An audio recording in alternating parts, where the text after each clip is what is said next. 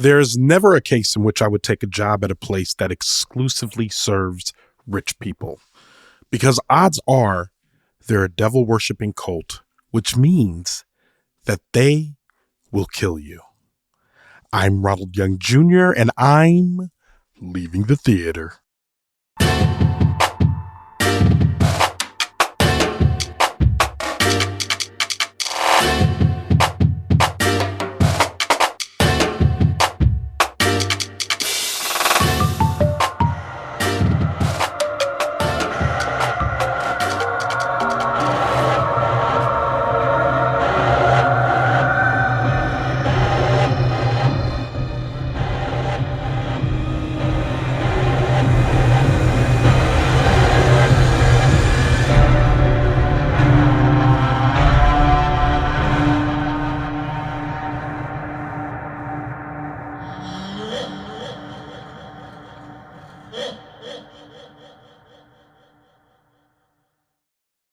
All right, this is Ronald, and I am leaving the theater after seeing They Will Kill You. They Will Kill You. Written by Kirill, Sokolov, and Alex Litvak. Directed by Kirill, Sokolov. Starring Zazie Beetz, Myha'la, Paterson Joseph, Tom Felton, Heather Graham, and Patricia Arquette. And as usual, for a complete listing of the cast and crew, you can go to the link in our show notes. It is just me, your boy, Big Ronald. Today, They Will Kill You follows the story of two sisters. One of them older, played by Zazie Beetz. The other younger, played by Myha'la from Industry. They endure an abusive childhood. In trying to escape, they are separated for 10 years until Zazie discovers that her sister is being held captive by what amounts to be a satanic cult of rich people who, in order to keep their immortality, engage in regular human sacrifices. Based on what I just said, I'm sure you're listening to this being like, Ronald, why would you watch this? And the answer to that is because I thought this was going to be a much different movie than it turned out to be. I thought this was going to be a fun romp of killing a bunch of Satan-worshiping rich people until the end. And while there are aspects of that in the movie, and there are swaths of the movie which are indeed that, there are other swaths of the movie that are not that indeed. First of all, let me just start off by saying this movie it starts off a lot scarier than I would like. I'm not really a big fan of very scary movies or movies that are too tense, unless they're doing it the way Weapons did, which is, I knew when to close my eyes, and it was enough mystery that I stayed for the terror, if you will. Whereas this starts off in a way where I just felt uncomfortable for maybe the first 10 to 15 minutes of the movie until they got to more of the actual lights are on, let's kill some bad guys scenes. This movie really revels in the big killings and the big beheadings. It's almost Kill Bill level of gore in some cases. If you don't like gore, you probably shouldn't see this movie because it does gore, and it's not necessarily, it's comical gore. It's more like Sam Raimi, air quote, fun gore. But if that's not your thing, know that there's a lot of it in this movie, and it starts early. Blood doesn't spill, it sprays, which again, if that's not your thing, this is probably not the movie for you. To be honest with you, this review, for some of you, should be as close as you get to this movie. Now, I say that with a deep sense of regret because I really enjoyed seeing Myha'la, which they didn't give enough to do, I don't think, and Zazie Beetz together. I love seeing them together. They're sisters. I'd love to see a movie where they get to be more sisterly and do more fun going on a rampage killing stuff. If there's a sequel, I'd love to see the two of them tearing through a satanic cult in the name of socialism or communism or something. I would love to see that, But that's not really what we get to see here. What we get to see here is Zazie Beetz just kicking butt all over the film. Just getting there, taking names, kicking butt. But the parts that I don't like are the satanic elements. They keep referring to the devil as Lord. That's not my thing. You know, y'all know me. Y'all know what I stand for. Y'all know I'm not down with that. And there's like several parts, and then there's the cult people are all in pig masks, which I didn't understand until one portion where the devil shows up, and it is personified through a pig's head.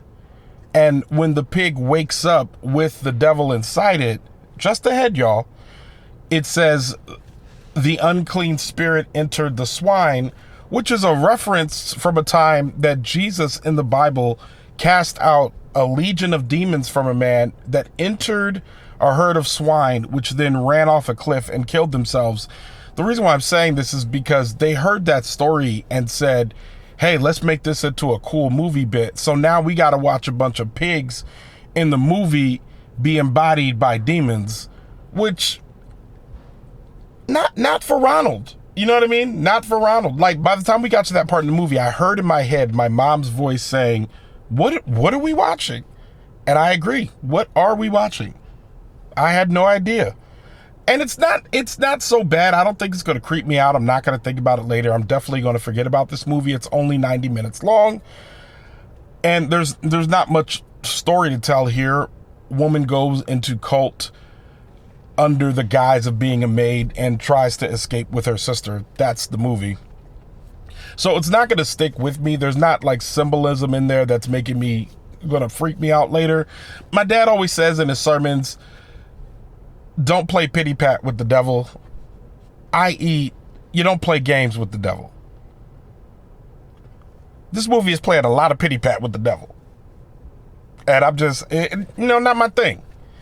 But that being said, again, Zazie Beetz clocked in. Myha'la clocked in. Should have been given more to do, but clocked in. Tom Felton, aka old boy with the from the movie series and the book series. You're saying his name right now. You're saying his name right now. He's a Slytherin. He always says Pater like that. Anyway, that guy, he's in it. And Patricia Arquette. Patricia Arquette is brilliant in this movie. Well, I'm saying she's brilliant in this movie. No. Patricia Arquette is just brilliant.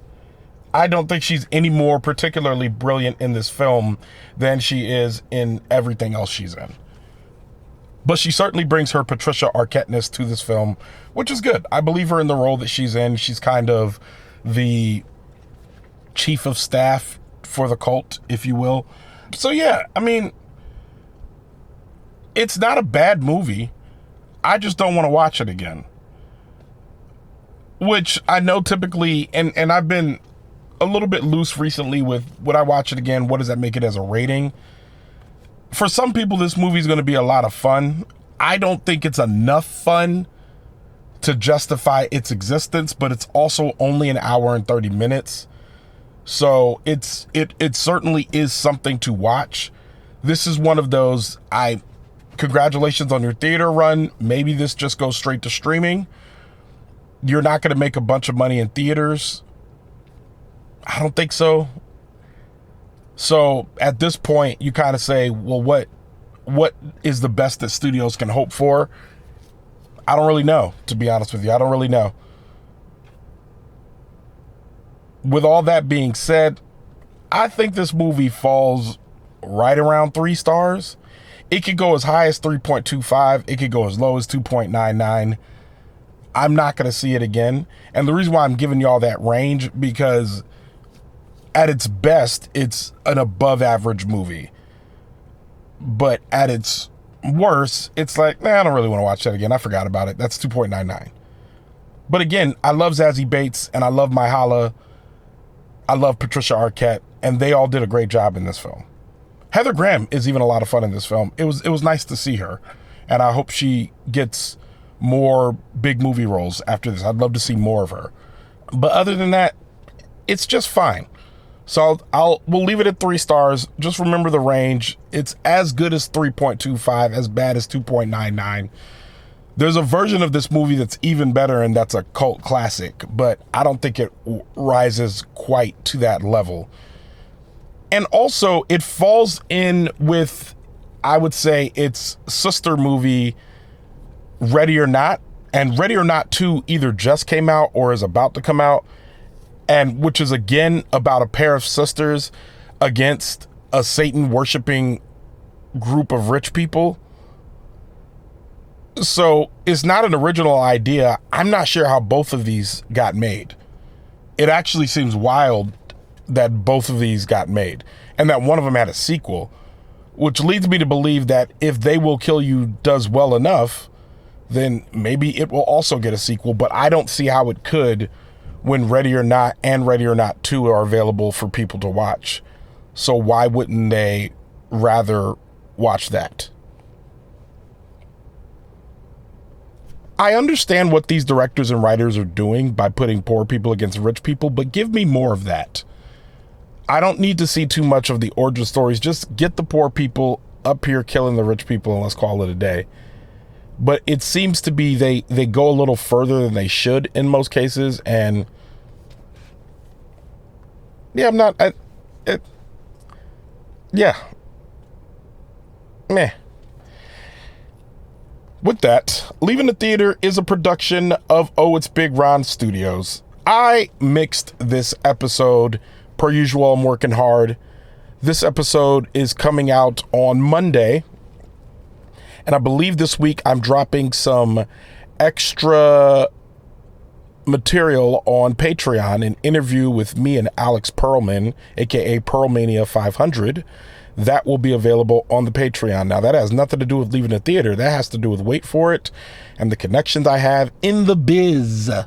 But it's still an interview I had to schedule, edit, put together, and put up, record an intro, all of that for you on Patreon. This movie did not have a press screening, which means I had to pay for tickets, which means I had to coordinate myself getting here, all of that. There's a lot of work that is going into making this podcast, making Wait For It, working on Heartbreaker, and working on other things. All of them under the umbrella of Oh It's Big Ron Studios. This is a hard-working year for me, but I feel good about it. And I'm able to do some of the stuff I'm able to do because of the goodness of patrons. So if you listen to this show regularly and you think to yourself, man, I really want to see Ronald win in the future, and I want to see this show continue, and I want to make it a little bit easier on production. The lowest plans we have in Patreon are $7 a month. Commit to that for 1 year and watch how everything continues to blossom with your help. And you get all the added bonuses of being a part of the Patreon.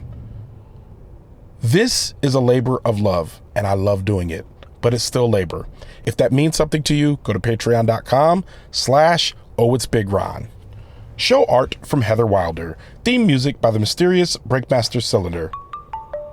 For more information about They Will Kill You, check out our show notes. You can follow me on Instagram, Blue Sky, TikTok, Threads, or Letterboxd at ohitsbigron. That's at OHITSBIGRON. You can find out more about this show and other Oh It's Big Ron Studios shows by following us on Instagram at Oh It's Big Ron Studios. Leaving the Theater will be back soon. Thanks for listening.